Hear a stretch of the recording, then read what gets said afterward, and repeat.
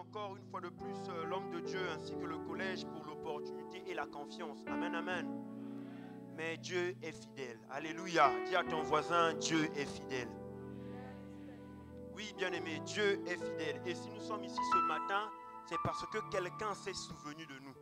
Vous savez, cette semaine à la morgue, je suis sûr que depuis le lundi jusqu'à aujourd'hui, il y a une liste là-bas. Je ne sais pas comment ils appellent la liste là, mais on dirait que c'est la liste où tous les nouveaux cadavres qui s'ajoutent à eux, ils mettent les noms là-bas. Alléluia. Et aujourd'hui, toi et moi, par sa grâce, nos noms ne sont pas sur cette liste-là. Bien-aimé, la liste-là, il n'y a aucun Congolais sur cette terre qui veut avoir son nom là-bas. Alléluia. Mais les autres qui ont eu leur nom là-bas, bien-aimé, deux fois ils marchaient mieux que toi et moi. Deux fois ils faisaient même du bien mieux que toi et moi. Alléluia. Mais il a plu à la miséricorde de Dieu de te préserver et de me préserver. Amen, amen. Voilà pourquoi quand nous venons à l'église, bien-aimé, s'il y a un endroit où il faut être content, c'est ici. S'il y a un endroit où il faut danser comme il ne faut pas danser, c'est ici. Alléluia. Parce que plusieurs donneront tout pour nos fils que 15 minutes encore pour adorer ce Dieu. Alléluia. Alléluia. Ah, acclame encore pour toi-même.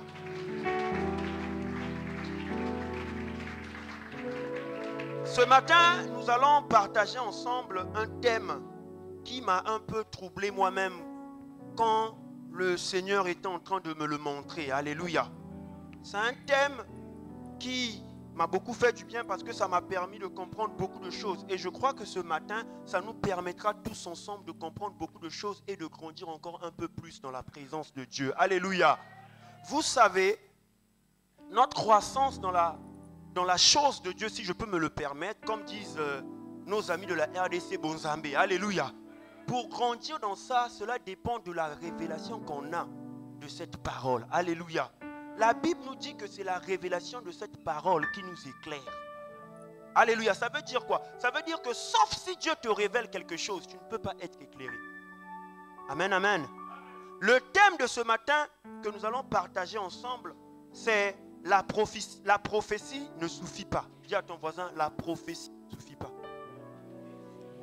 Dis à celui qui est derrière toi, la prophétie ne suffit pas. Ah, dis à ton frère qui veut t'influencer là, la prophétie ne suffit pas. Bien-aimé, j'étais troublé. Pour beaucoup d'entre nous, il suffit juste de recevoir une prophétie et puis ça va. Alléluia. Ce qui est écrit est écrit. Alléluia. Qui a l'habitude de dire ça? Amen, amen. Pour beaucoup d'entre nous, quand nous marchons, on se dit, écoute, aussi longtemps qu'on a prophétisé sur moi, ça va déjà. Zambe mes salles déjà. Alléluia. Nous marchons comme ça. Moi aussi, je marchais comme ça. Jusqu'à ce que le Seigneur a commencé à me révéler que non, il faut bien lire ta Bible. La prophétie ne suffit pas toujours. Par là, je veux dire quoi? Tu peux recevoir une prophétie et cette prophétie ne va jamais s'accomplir. Mais c'est une vraie prophétie. Alléluia. Tu peux recevoir une vraie révélation, mais ça ne va pas arriver dans ta vie. Les amens ont diminué. Alléluia. C'est la partie cachée du message. Amen, amen. On peut te prophétiser. Cette année ne finira pas, tu vas te marier. Oui, c'est ce que l'homme de Dieu, ou c'est ce que Dieu a voulu te révéler dans son conseil, ce qu'il a résolu dans son conseil, n'est-ce pas? Mais cette prophétie peut ou ne pas se réaliser. Alléluia. Dans cette affaire, bien-aimé, Dieu, il fait sa part. Toi et moi aussi, nous devons faire notre part. Dis à ton voisin, toi aussi, tu dois faire ta part. Oui, bien-aimé, la prophétie ne suffit pas, mon cher. Toi qui cours toujours derrière les prophéties, sache-le, quelle que soit la grandeur du prophète qui prophétisera sur toi, tu as ta part aussi à jouer. Dieu a déjà fait sa part. Il a envoyé Christ mourir à la croix pour nous, n'est-ce pas? Christ n'est pas resté au tombeau. Il a vaincu la mort. La Bible dit qu'il est assis à la droite de qui? Prêche avec moi ce matin. Il est assis à la droite de qui? Et il a dit quoi à la croix? Tout est à. Tout est à. Ça veut dire quoi? Tu n'as aucune raison de l'accuser encore. Tu ne peux pas accuser Dieu. On ne peut plus se permettre d'accuser Dieu pour ce qui nous arrive. Tout ce qui nous arrive, bien aimé, c'est le fruit de nos choix. Ça veut dire quoi? Je suis ce que je suis par rapport au choix que j'ai eu à faire. Toi aussi, tu es ce que tu es par rapport au choix que tu as eu à faire. Parce qu'en ce qui concerne Dieu, depuis, ça me fait rire, Je me souviens une fois, le pasteur disait, depuis que Dieu avait donné Ève à Adam, et qu'Adam avait dit à Ève que, Adam avait dit à Dieu que c'est la femme que tu m'as donnée, Dieu ne donne plus les femmes aux gens. Alléluia. Bien-aimé, Dieu s'est lavé les mains à la croix. Tout est accompli. Lui, il a fait sa part. Il a donné ce qu'il avait de plus précieux pour toi. Maintenant, la question, c'est à toi et moi de faire notre part. Et ce matin, nous allons voir dans la Bible. Nous allons voir dans la Bible. Parce que voyez-vous, nous ne sommes pas les premiers chrétiens. Nous ne sommes pas aussi les premiers qui ont cru en ce Dieu. Alléluia. Avant toi et moi, il y a eu Abraham. Avant toi et moi, il y a eu Isaac. Avant toi et moi, il y a eu David. Avant toi et moi, il y a eu Daniel. Avant toi et moi, il y a eu les apôtres. Avant toi et moi, il y a eu Paul. Alléluia. Ce Dieu n'a pas changé, n'est-ce pas? Pourquoi tu penses qu'il va changer avec toi? Pourquoi tu penses qu'il va changer avec nous? Il reste le même. Alléluia. Alléluia.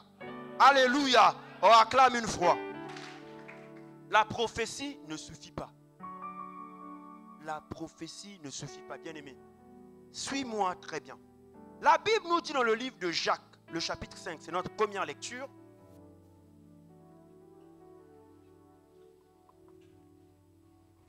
Le livre de Jacques 5. Nous allons le lire à partir du verset 17. On va tous le lire ensemble. Tout le monde est debout, c'est la première lecture. Alléluia. Nous devons apprendre à honorer la parole de Dieu. Amen, amen. On va tous le lire ensemble, le livre de Jacques 5 à partir du verset 17. 1, 2, 3, on y va. Élie était un homme de la même nature que nous. Il pria avec instance pour qu'il ne plût point, et il ne tomba point de pluie sur la terre pendant 3 ans et 6 mois. Puis il...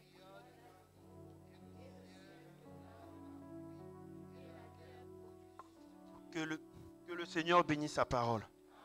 Amen, amen. Ce verset, c'est un verset que nous connaissons tous, n'est-ce pas?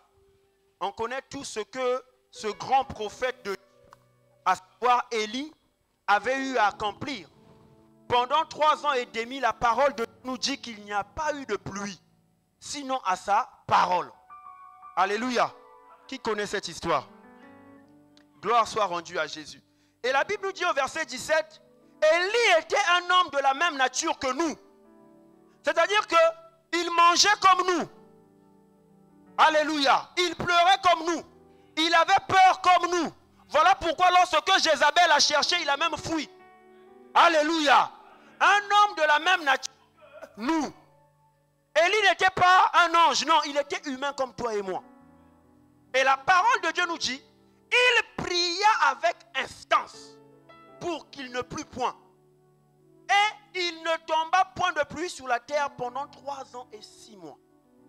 Alléluia. Vous savez, la première fois que la Bible nous raconte cette histoire, ça se trouve dans le livre de 1 Roi 17. Nous allons aller dans le livre de 1 Roi 17. 1 Roi 17 à partir du premier verset. Nous allons découvrir quelque chose de très important là-bas. 1 Roi 17 à partir du verset 1. Je vais le lire pour nous. La Bible dit ceci.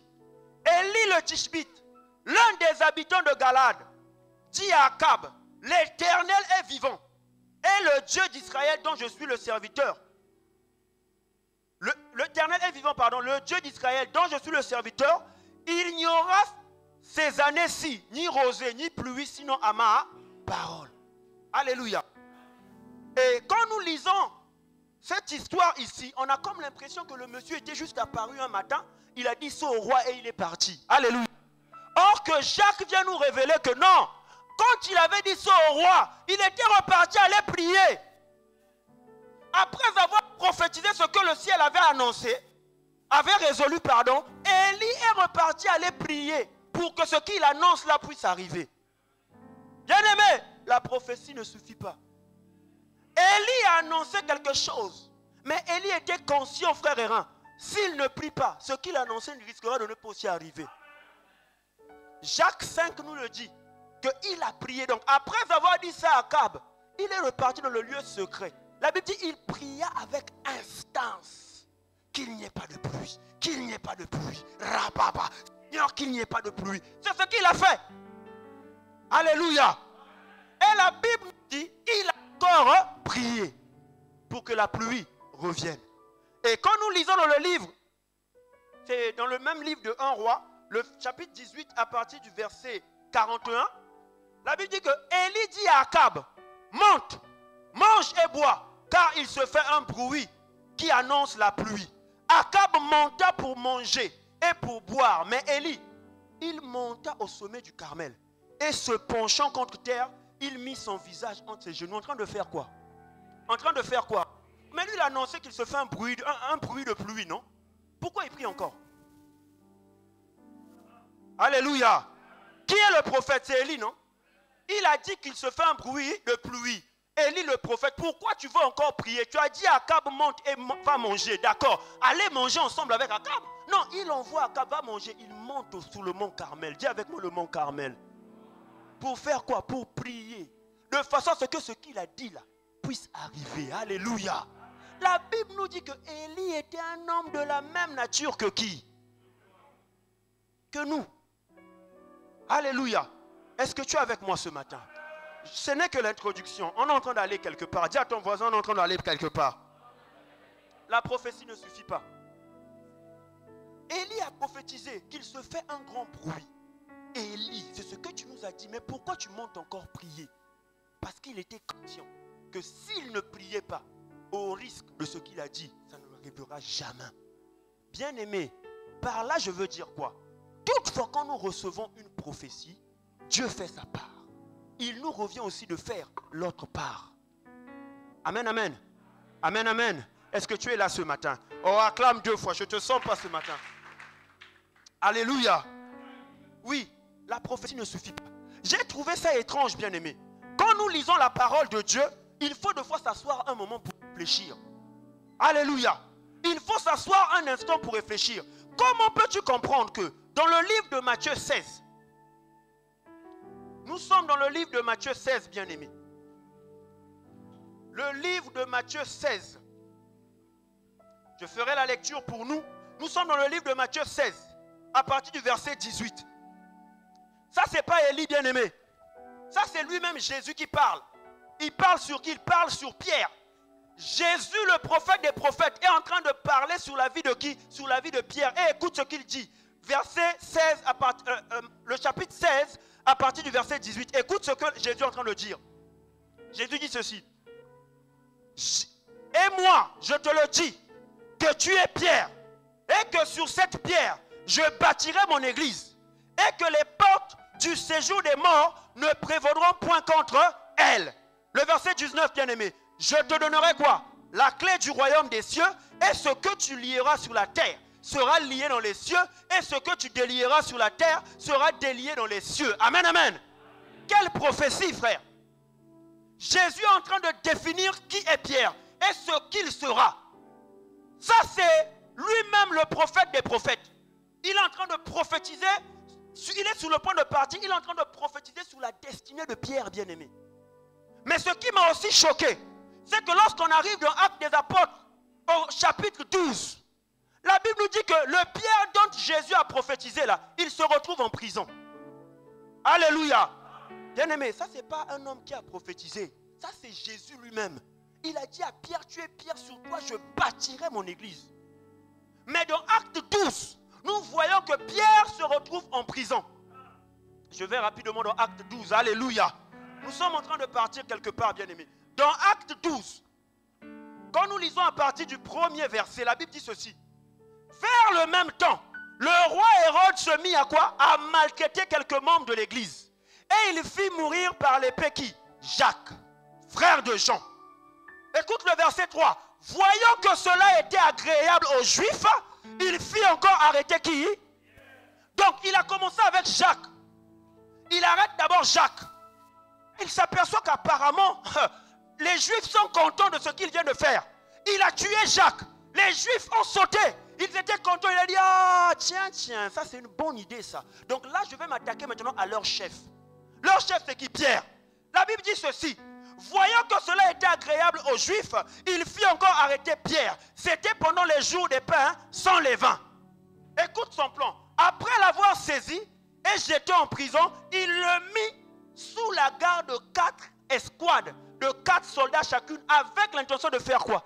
De le faire comparaître devant le peuple après la Pâque. Alléluia.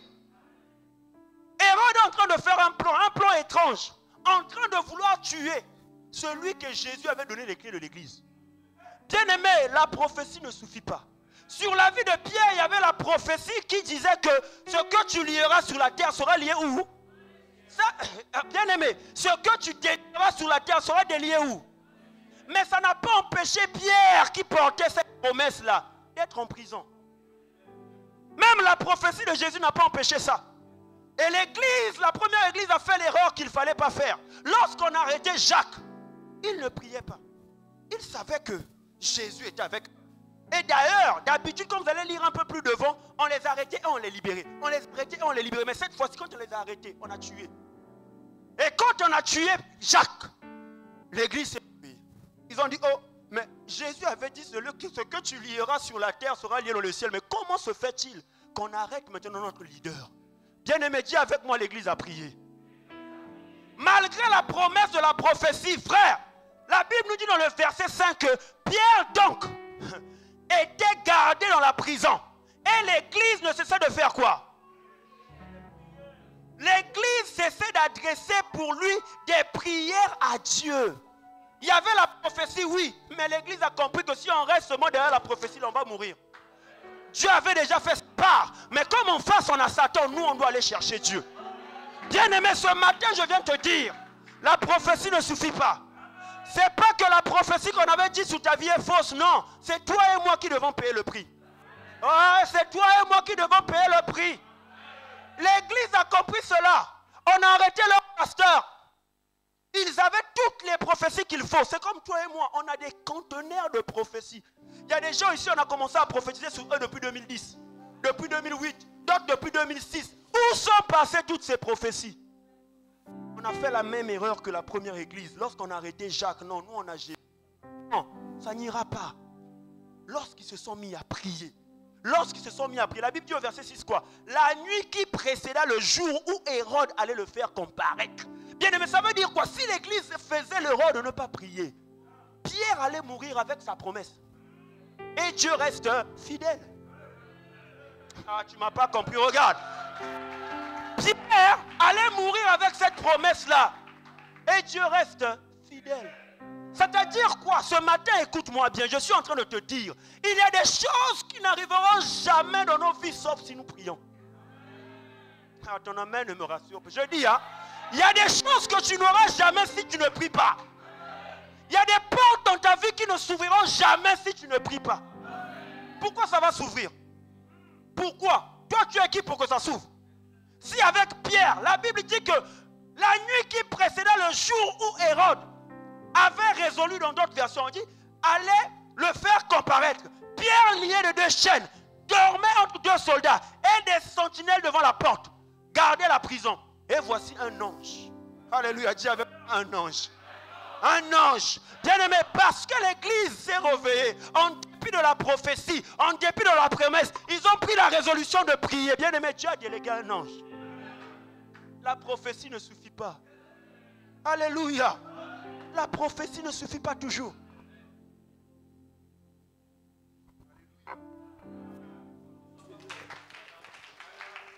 Oh, acclame pour Jésus. Alléluia. La prophétie ne suffit pas, bien-aimé.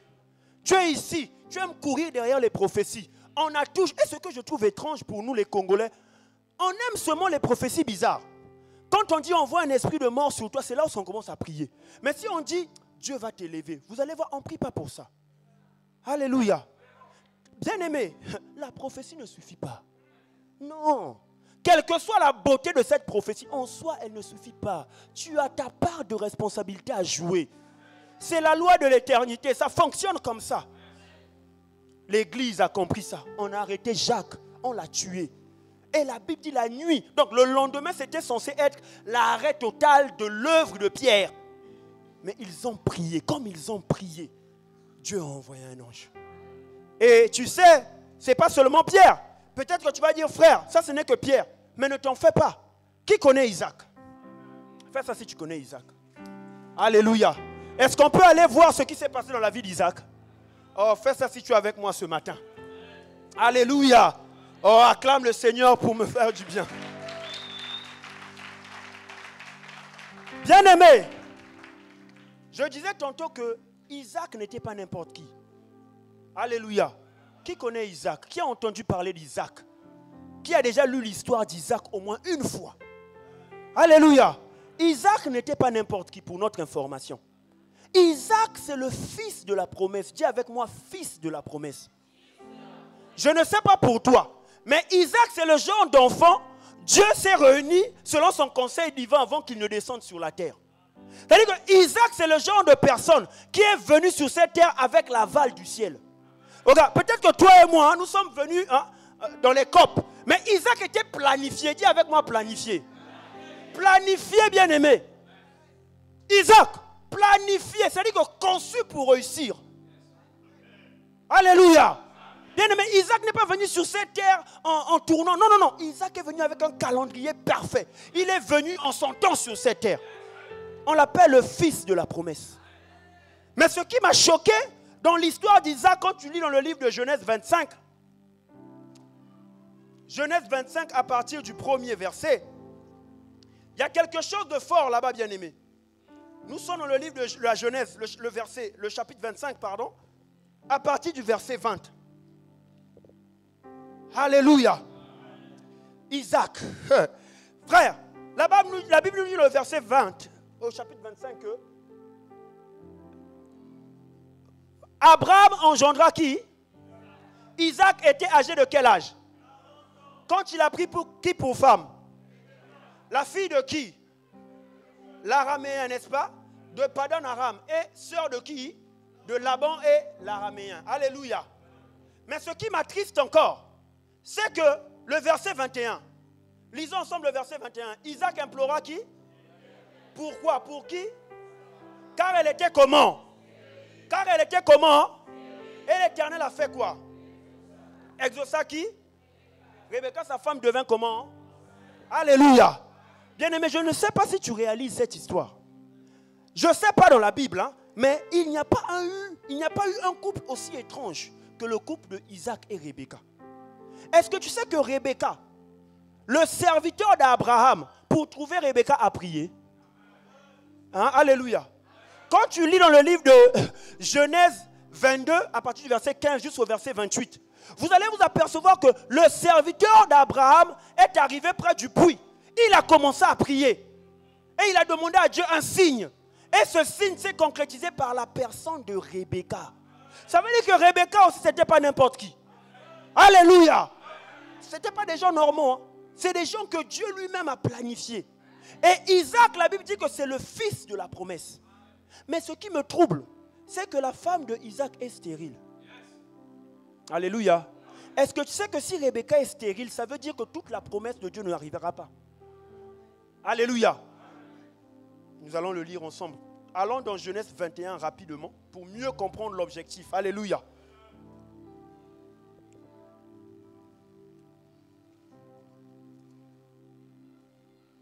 À partir du verset, Genèse 21, à partir du verset 11. Pour comprendre réellement qui était Isaac. La Bible dit ceci. Cette parole de plus fort aux yeux d'Abraham à cause de son fils. Mais Dieu dit à Abraham que cela ne déplaise pas à tes yeux à cause de l'enfant et de ta servante. Accorde à Sarah tout ce qu'elle te demandera. Car c'est qui? C'est d'Isaac. Sortira quoi? Qui te sera comment? D'Isaac. Alléluia. C'est-à-dire que Dieu est en train de dire à Abraham, c'est avec Isaac ton fils que je vais coopérer. C'est avec Isaac ton fils que je vais travailler. Quelle prophétie? Et écoute encore la prophétie des prophéties. Genèse 22, le verset 15 à 18. Il dit ceci. L'ange de l'Éternel appela une seconde fois Abraham des cieux et dit, je le jure par moi-même, parole de l'Éternel, parce que tu as fait cela et que tu n'as pas refusé ton fils unique. On parle là d'Isaac. Le verset 17. Je te bénirai et je te multiplierai ta postérité et je multiplierai ta postérité comme les étoiles du ciel et comme le sable qui est sur le bord de la mer. Et ta postérité possédera la porte de ses ennemis. Toutes les nations de la terre seront bénies en ta postérité parce que tu as obéi à quoi? À ma voix. On parle tout ça de qui? Isaac. Alléluia. Maintenant, ce Isaac dont il est question, bien aimé, tu as écouté la prophétie. Dieu dit, je le jure par moi-même. Parce que Dieu ne peut pas jurer par une autre personne que lui-même. Alléluia. C'est-à-dire que tu vois qui est Isaac. Isaac n'est pas n'importe qui. Dieu jure par lui-même pour dire à Abraham que je te ferai du bien. Je multiplierai ta progéniture et tout consort. Mais la Bible nous dit que la femme de Isaac est stérile. Malgré la prophétie là, Isaac et sa femme n'ont pas d'enfant. Bien aimé, retournons maintenant dans Genèse 24. On va lire quelque chose d'important là-bas pour comprendre de quoi il s'agit ici. Genèse 25, pardon. J'ai le chiffre 24 ce matin. Alléluia. Genèse 25, il dit, à partir du verset, voilà, il dit le verset 24. Bon, lisons le verset 26, ça sera plus facile. Alléluia. La Bible dit ceci. Ensuite, sortit son frère, dont la main tenait le talon d'Ésaü, et on lui donna le nom de Jacob. Isaac était âgé de quel âge? Lorsque quoi? Lorsque ces enfants-là naquirent. Bien aimé, Isaac s'est marié, on a lu, il avait quel âge? Il avait quel âge? Ces enfants-là, il les a eus à quel âge? Mais il les a eus pourquoi? La Bible dit, il implora. Alléluia. Il implora l'Éternel. Bien aimé, si quelqu'un comme Isaac, pour rentrer dans sa promesse, il a dû implorer le Seigneur, qu'en est-il de toi et moi? Alléluia. Bien aimé, on parle d'Isaac. Celui que Dieu a appelé son père, mon ami. Dieu a dit à Abraham, Dieu a dit, cacherai-je à Abraham? Cacherai-je à Abraham? Ça, c'est la dimension de l'intimité qui existait entre Abraham et Dieu. Mais le fils d'Abraham, là, 20 ans, il n'y a pas enfant. La promesse de Dieu ne s'accomplit pas. 20 ans. Imagine ce que les gens du quartier de Rebecca devaient dire. Imagine ce que les amis d'Isaac devaient dire. 40 ans, l'enfant, le fils de la promesse. Le fils de la promesse. Malgré la prophétie, il n'y a rien. Et lorsque Isaac a compris ça, la Bible dit au verset 21 quoi? Isaac implora l'Éternel. Dans une autre version, on dit Isaac cria à l'Éternel pour Rebecca. Bien aimé, ça c'est Isaac. Lui, son papa était juste. Bon, la question ce matin, toi et moi, nous connaissons nos parents. Nous connaissons nos familles. Il y a des familles dans ce pays où il y a au moins 2 sorciers. Ça, c'est des bonnes familles. Mais il y a d'autres familles où il y a au moins 5. Mais il y a des familles où tout le monde est sorcier. Bien aimé, bon, toi tu ne veux pas prier, tu fais comment? Alléluia. Ah, bien aimé, je te dis, tu ne veux pas prier, on ne veut pas prier, on fait comment? Ça c'est Isaac, le fils de la promesse. Il s'est retrouvé obligé d'implorer le Seigneur pour que les promesses que Dieu a résolues puissent s'accomplir. Qu'en est-il de toi et moi? On dit rallye de prière, tu ne viens pas prier. On dit mardi intercession, tu ne viens pas prier. On dit nuit de prière des serviteurs, tu ne viens pas prier. Bien aimé, tu comptes sur qui? Alléluia. Un jour, quelqu'un m'a dit, frère, pourquoi on va encore jeûner? Jésus avait déjà jeûné pour nous. Hey! Frère, la prophétie ne suffit pas. Isaac avait la prophétie de la prophétie. Dieu a dit, je jure par moi-même. Je jure par moi-même. Mais Isaac, 20 ans, frère, pas 2 ans, 20 ans stérile, rien ne bouge. La prophétie ne suffit pas. Fais ça si tu es avec moi ce matin. Bien-aimé, ce matin, je viens te dire que toi et moi, nous avons un prix à payer. Nous avons un prix à payer. Le royaume dans lequel nous sommes appartient aux violents. Ceux qui se distinguent dans ce royaume, c'est ceux qui acceptent de payer le prix. Je dis ceux qui se distinguent dans ce royaume où nous sommes là, c'est ceux qui acceptent de payer le prix. Si tu payes rien, ne t'attends à rien. Alléluia. N'envie pas aussi ceux qui payent le prix. Alléluia. N'envie pas aussi ceux qui payent le prix. Nous avons les promesses. Nous avons les prophéties. Souvent quand on prophétise sur nous, nous le disons souvent avec un zèle. Je reçois. Et on pense que parce qu'on a dit je reçois que je reçois. Qui t'a menti comme ça? Bien aimé, les démons de ta famille n'ont pas peur de ton je reçois. Les esprits qui règnent dans ta maison depuis 1000 ans, depuis 100 ans, n'ont pas peur de ton reçoit. Il est question de payer le prix. Il est question de payer le prix ce matin, bien-aimé. Les prophéties ne suffisent pas. Tu peux avoir les cantonnaires. Moi, on m'avait dit, je serai grand. Moi, on m'avait dit, tu vas vieillir comme ça, tu ne verras rien. Isaac a fait 20 ans. Certainement, je me souviens, dès qu'ils sont mariés, Abraham a certainement tout transféré. Abraham a certainement tout dit. Toi, tu es le fils de la promesse, Isaac. Tu es un champion, Isaac. Dieu est avec toi. Certainement, Abraham a tout dit à l'enfant. Mais l'enfant se marie 1 année, pas d'enfant. 2 ans, 18 ans, 15 ans, 18 ans, Isaac dit, Abraham, il est parti. Bien aimé, Dieu a besoin de toi. C'est bien d'avoir un pasteur, mais il y a des combats où Dieu veut te voir toi-même. Yeux à yeux. Alléluia. Vous savez, dans la Bible où nous sommes, il y a quelqu'un qui a compris cela. C'est David. Dis avec moi David. Dis avec moi David. David a compris cela. Il a été oint pas par n'importe qui, par Samuel. L'homme selon le cœur de... Oui, David, pas n'importe qui.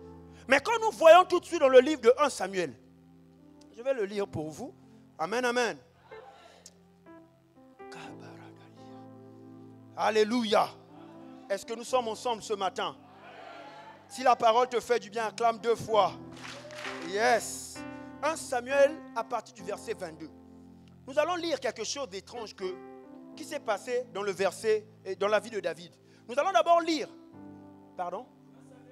1 Samuel, le chapitre 22.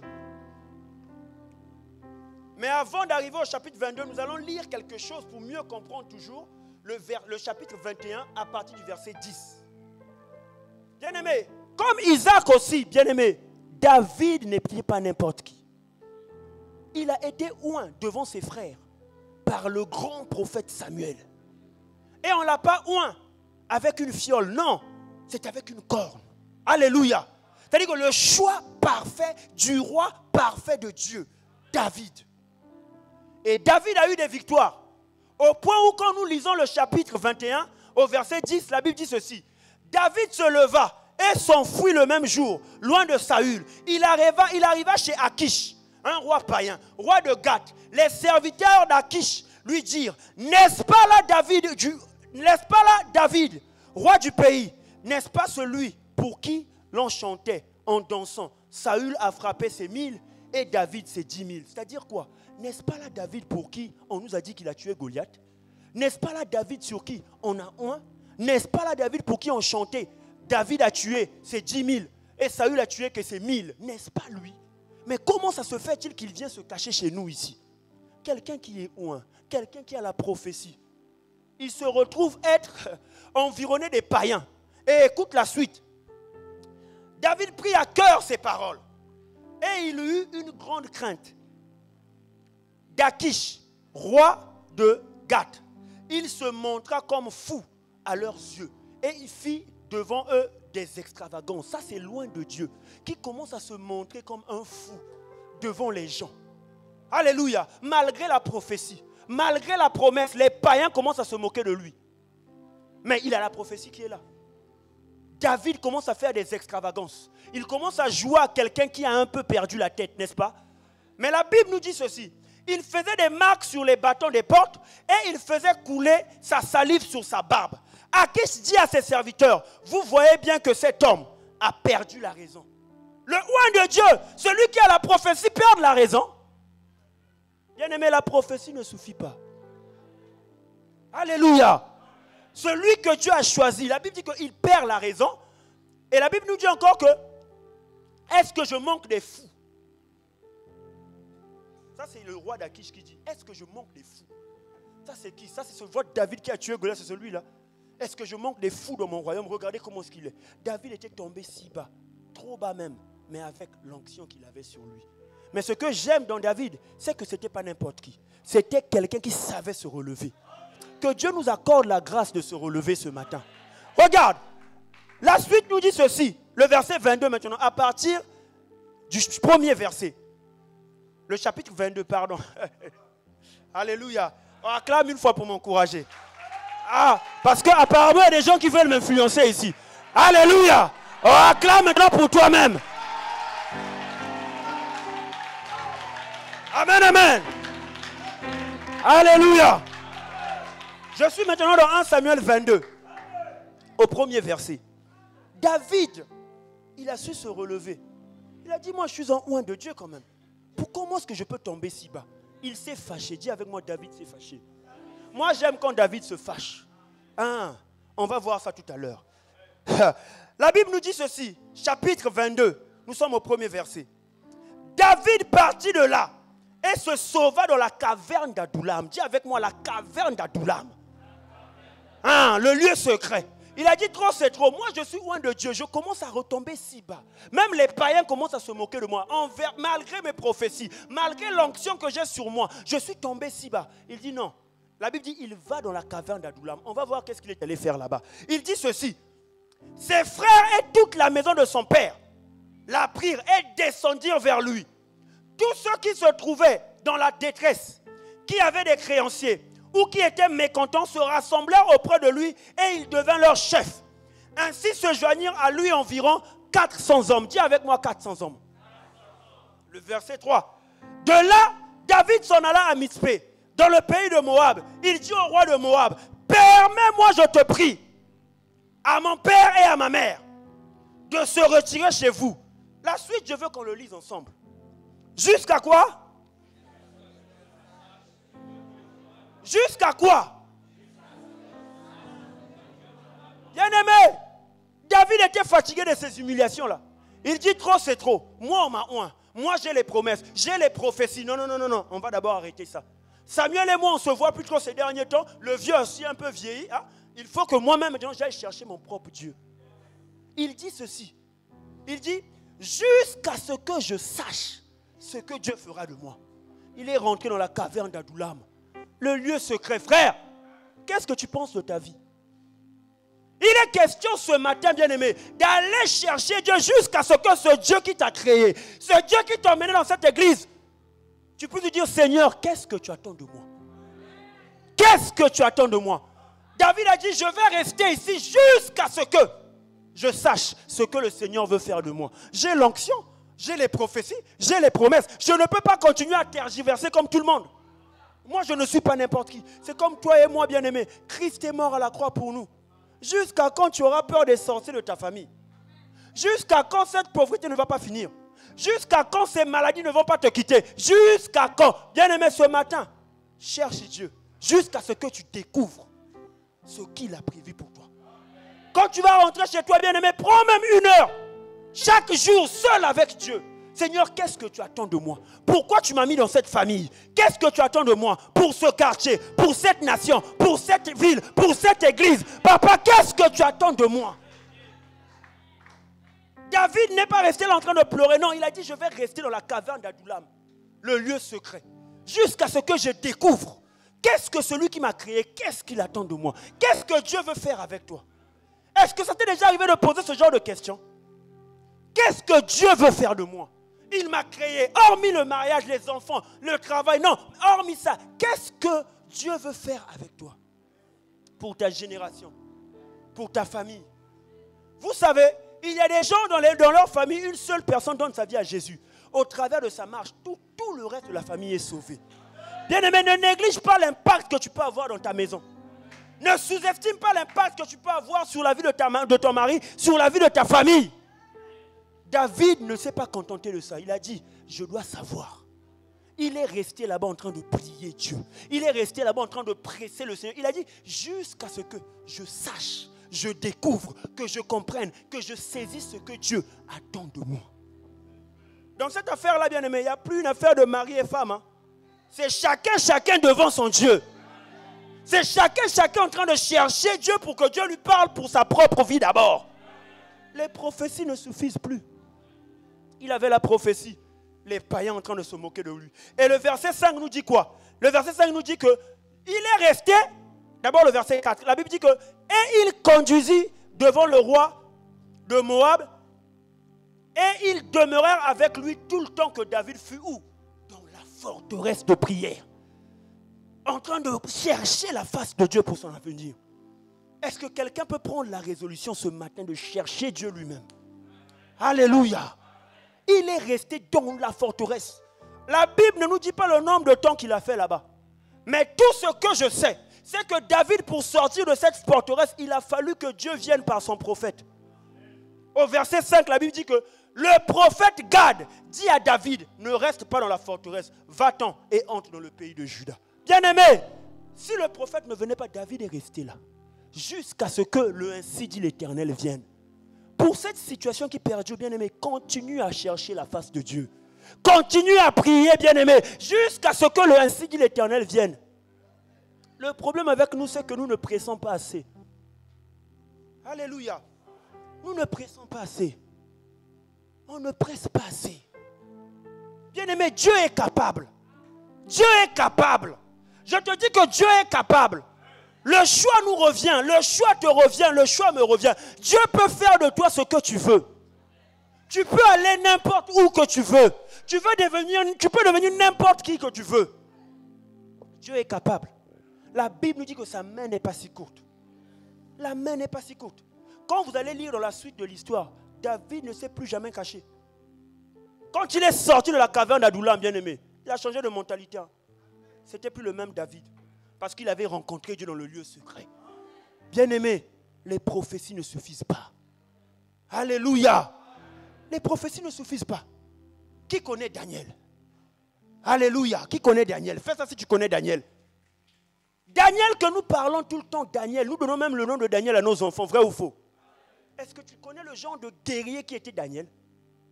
Dans Daniel 9, celui qui n'a pas sa Bible ce matin, vraiment, je suis vraiment désolé pour lui. Alléluia. Alléluia. Dis à ton voisin, est-ce que tu as ta Bible ce matin? Alléluia.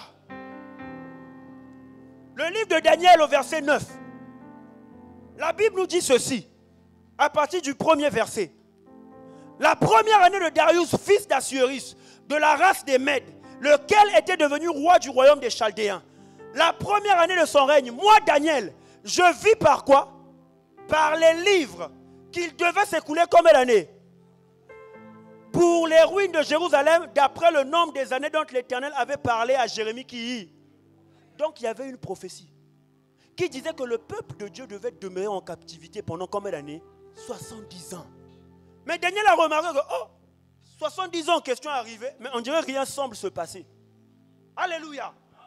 Et connaissant la fidélité de Dieu, il savait que Dieu n'est pas un homme pour mentir. S'il a dit, c'est que c'est censé arriver. Mais pourquoi ça n'arrive pas? C'est là où ce que la Bible dit, il est rentré en jeûne et prière. Alléluia. Bien-aimé, toi qui as reçu la promesse de Dieu pour cette année 2024, va chercher la face de Dieu. Je te dis la vérité, nous ne sommes pas plus grands qu'eux. Bien-aimé, si eux ils l'ont fait, nous aussi nous sommes condamnés à suivre le même chemin. Parce que notre Dieu n'est pas un Dieu injuste. Si Daniel a jeûné, nous aussi on doit jeûner. Les prophéties ne suffisent pas toujours. La Bible dit au verset 3, je tournais ma face vers qui? Je tournais ma face vers qui? Je tournais ma face vers le Seigneur Dieu. Afin de faire quoi? Et à quoi? Et à quoi? En jeûnant et en prenant le sac, c'est-à-dire en s'humiliant dans la présence de Dieu. Parce qu'il a vu d'après le calendrier de Dieu que les 70 ans résolus étaient déjà arrivés. 2024, normalement, d'après ce que tu avais reçu comme prophétie, tu devais déjà te marier. Mais rien n'arrive. Nous sommes déjà à quel mois? Juin. Alléluia. Oh, mais on m'avait dit qu'avant la fin de cette année, mais rien ne se passe. Bien-aimé, la solution est là. La solution est là. Tu te poses des questions, tu as des incertitudes, tu as des doutes. Bien-aimé, ce matin, je t'informe, la solution est là. Daniel a vu dans le calendrier de Dieu, tout était parfait. Mais sur terre ici, il y a un problème. C'est comme toi et moi. Jésus a dit quoi? Que nous sommes bénis de quoi? De toutes bénédictions qui sont comment? Dans les lieux où?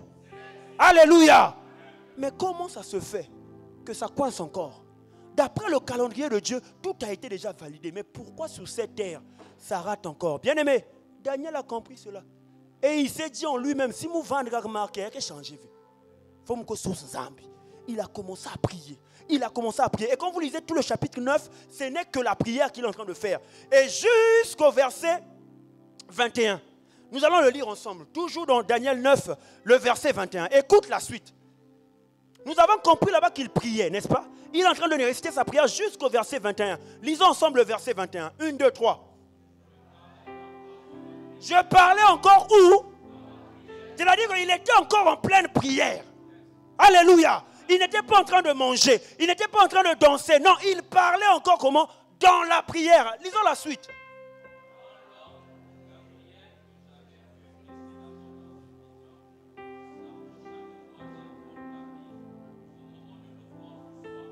Verset 11. Et verset 22, pardon.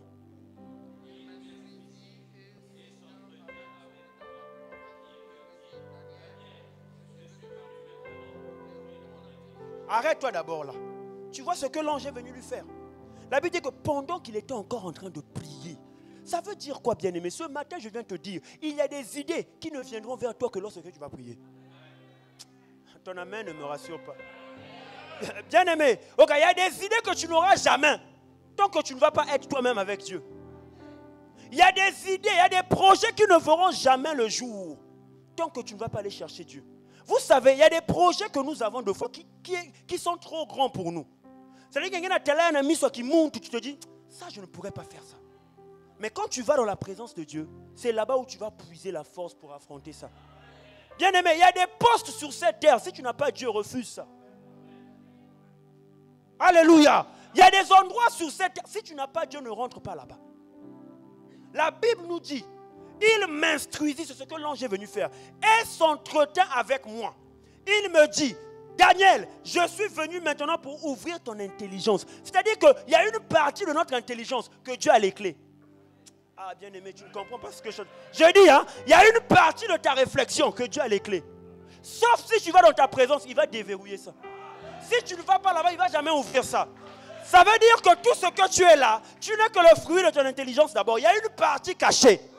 Voilà pourquoi la Bible dit, invoque-moi, je te répondrai. Je te montrerai les choses qui sont comment.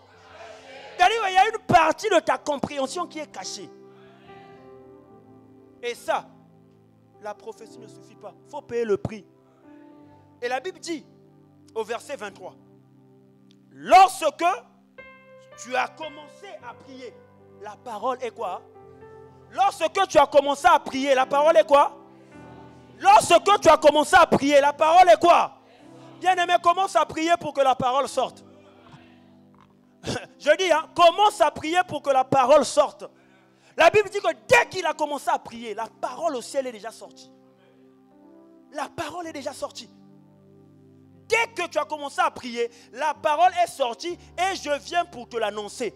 Car tu es un bien-aimé, sois attentif à la parole et comprends la vision. Bien-aimé, il avait un calendrier divin qui était là, mais rien ne se passait. Il a fait le choix de prier. Et c'est là où, si vous lisez la suite, l'ange l'a détaillé tout ce qui doit venir. Voilà pourquoi je te dis, bien-aimé, en dépit de la prophétie que tu reçois, va chercher Dieu. On t'a juste prophétisé, mais tu n'as pas les détails. On t'a juste prophétisé, tu n'as pas tous les contours. Va dans la présence de Dieu. Paye le prix dans la prière. Pour que Dieu te montre avec qui tu dois t'associer pour faire ce business. Avec qui tu dois t'associer pour te marier. Ou vers qui tu dois aller. Bien-aimé, je vous dis la vérité. Ces choses fonctionnent. Ces choses fonctionnent. Les prophéties ne suffisent pas. Au contraire, ce que nous devons faire, c'est quoi? Lorsqu'on te prophétise, frère Nick, tu seras très grand. On doit avoir peur. Et ça doit même nous emmener, si tu priais 2 fois, va prier maintenant 16 fois. Ah oui. Ah oui, alléluia. Bien-aimé, ce matin, je veux que nous puissions comprendre cela. Les prophéties ne suffisent pas. Si Daniel avait compris que s'il ne prie pas, il n'allait pas comprendre que, dans la suite, vous allez comprendre, l'ange lui explique beaucoup de choses. Il n'allait jamais comprendre ça s'il ne priait pas. Alléluia. Que Dieu nous donne la grâce de prier ce matin. Amen, amen. Oui. Nous devons apprendre à payer le prix dans la prière. Pour terminer, je vous parlerai des apôtres. Nous connaissons tout ce qui s'est passé dans le livre de Actes, n'est-ce pas? Alléluia. Dans Actes des apôtres, nous allons lire à partir du premier chapitre, le verset 8. Le premier chapitre, le verset 8, le chapitre 1. Alléluia. Acte 1, le verset 8. Acte des apôtres. Nous allons comprendre quelque chose de fort là-bas, bien-aimé. Ça, c'est toujours Jésus lui-même qui parle.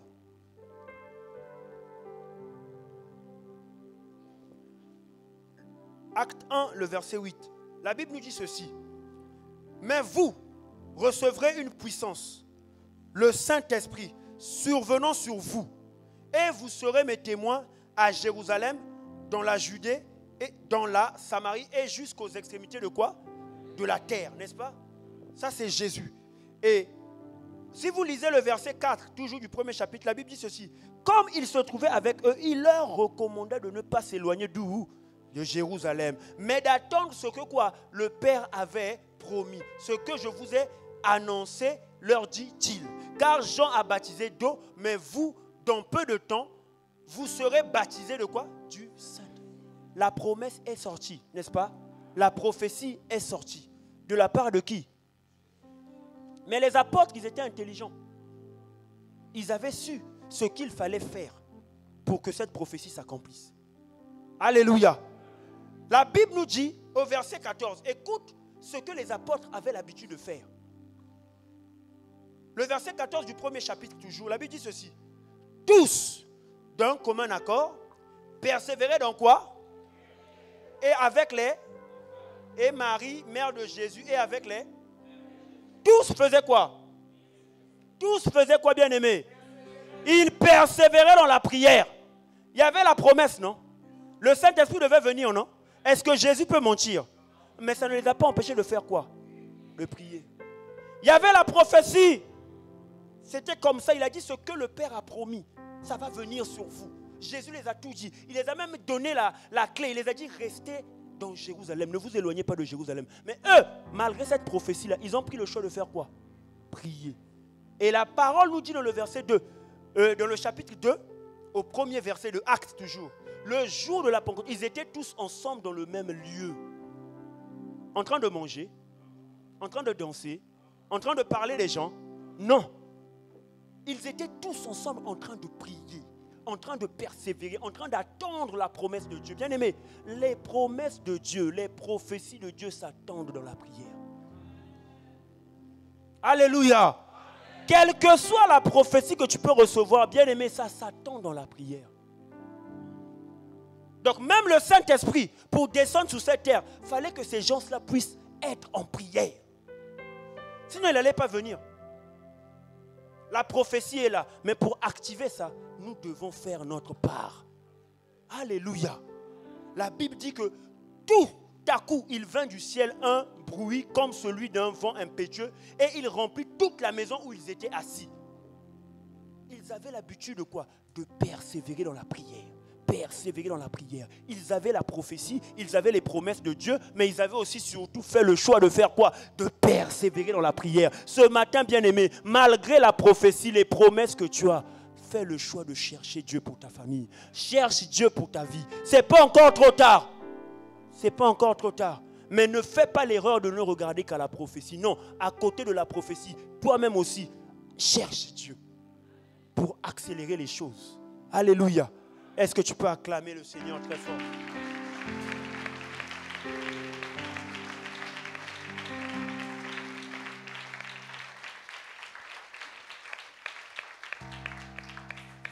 Que Dieu nous aide, bien-aimés. Les prophéties ne suffisent pas. Si peut-être avant, tu ne t'appuyais que sur les prophéties, tu courais dans la ville pour chercher les diseurs de bonne aventure. Ce matin, je te dis, même eux, ce qu'ils te disent là, ça n'arrivera pas si tu ne payes pas ton prix, si je ne paye pas mon prix. Dieu a fait sa part, nous aussi faisons notre part. Que le Seigneur nous bénisse. Tiens-toi debout là ce que tu es.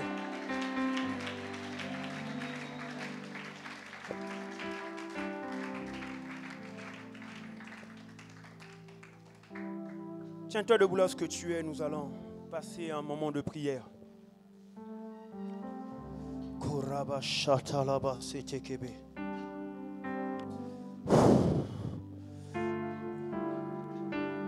Tu vas élever ta voix, tu vas dire à Dieu, Seigneur, donne-moi la force. Donne-moi la force. Donne-moi la volonté de payer le prix dans ta présence. Dépose dans mon cœur ce fardeau de payer le prix dans la prière, de te chercher dans les jeûnes, comme Daniel t'a cherché, de te chercher dans la prière, comme Isaac t'a cherché, de te chercher dans les lieux secrets, comme David t'a cherché. Élève ta voix et commence à prier le Seigneur.